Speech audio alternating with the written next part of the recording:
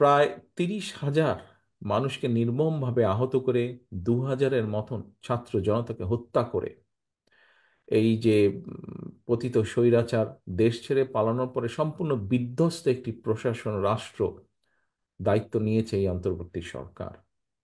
এখানে মহাসচিব সাহেব একটু আগে ওনার বক্তব্যে বলেছেন কয়েকটি গুরুত্বপূর্ণ কথা।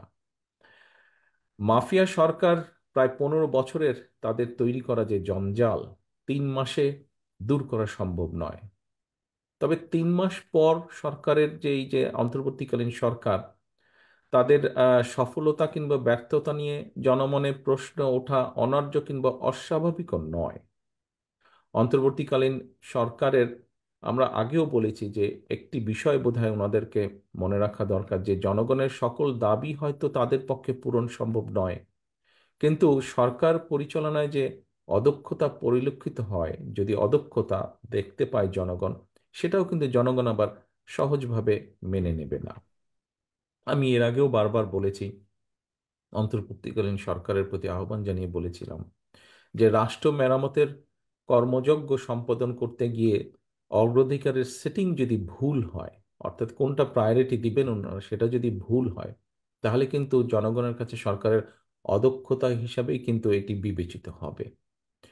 জুলাই আগস্টের যেই গণ অভ্যুত্থান, সেই গণ অভ্যুত্থানে আমরা দেখেছি বহু মানুষ, বহু ছাত্র, বহু বিভিন্ন শ্রেণী পেশার মানুষ, হাত পা কান চোখ বিভিন্ন অঙ্গহানি হয়েছে। আহতরা সুচিকিৎসার দাবি নিয়ে দুদিন আগে আমরা দেখেছি যে যেভাবে হাসপাতাল থেকে রাজপথে বেরিয়ে এসেছে, এটা কিন্তু সমগ্র দেশের গণতন্ত্র প্রিয় মানুষের জন্য, যারা গণতন্ত্র ভালোবাসেন, মানবাধিকারকে সম্মান করেন, আমাদের বিবেকবান মানুষ যারা, প্রত্যেকটি সাধারণ মানুষের জন্য এটা একটা অত্যন্ত লজ্জাকর দৃশ্য। স্বাভাবিকভাবেই প্রশ্ন উঠতে পারে যে জুলাই আগস্টের ছাত্র জনতা যে বা জনগণের যে গণ অভ্যুত্থান, আহতদের চিকিৎসা নিরাপত্তা কেন অন্তর্বর্তীকালীন সরকারের অগ্রাধিকার লিস্টের নেই, বা থাকলেও কত নম্বরে ছিল।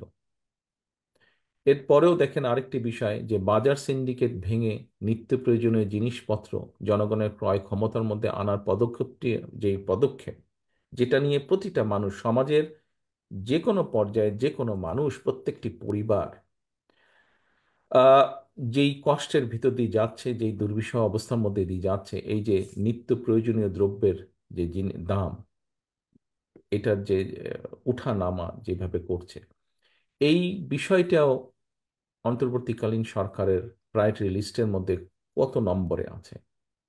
আমি সবসময় এর আগেও কয়েকবার বলেছি দৃষ্টি আকর্ষণের জন্য, যে অন্তর্বর্তীকালীন সরকারের সকল কাজ হয়তো সবার কাছে সাফল্য বলে বিবেচিত হবে না, কিন্তু অন্তর্বর্তীকালীন সরকারের ব্যর্থতা কিন্তু আমাদের সকলের ব্যর্থতা। গণতন্ত্রকে আমি স্বাধীনতা প্রিয় মানুষের ব্যর্থতা, এই সরকারকে ব্যর্থ করে দিতে, যে স্বৈরাচার ছিল, পলাতক যে স্বৈরাচার, তার এবং তাদের দোসররা কিন্তু বসে নেই।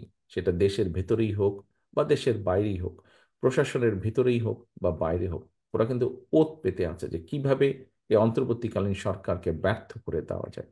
এদেরকে যদি ব্যর্থ করে দেওয়া যায়, তাহলে গণতন্ত্রকে ব্যর্থ করে দেওয়া যাবে। বাংলাদেশের কোটি কোটি মানুষ যারা গণতন্ত্রকে ভালোবাসে, গণতন্ত্রকে প্র্যাকটিস করতে চায়, তাদেরকে ব্যর্থ করে দেওয়া যাবে।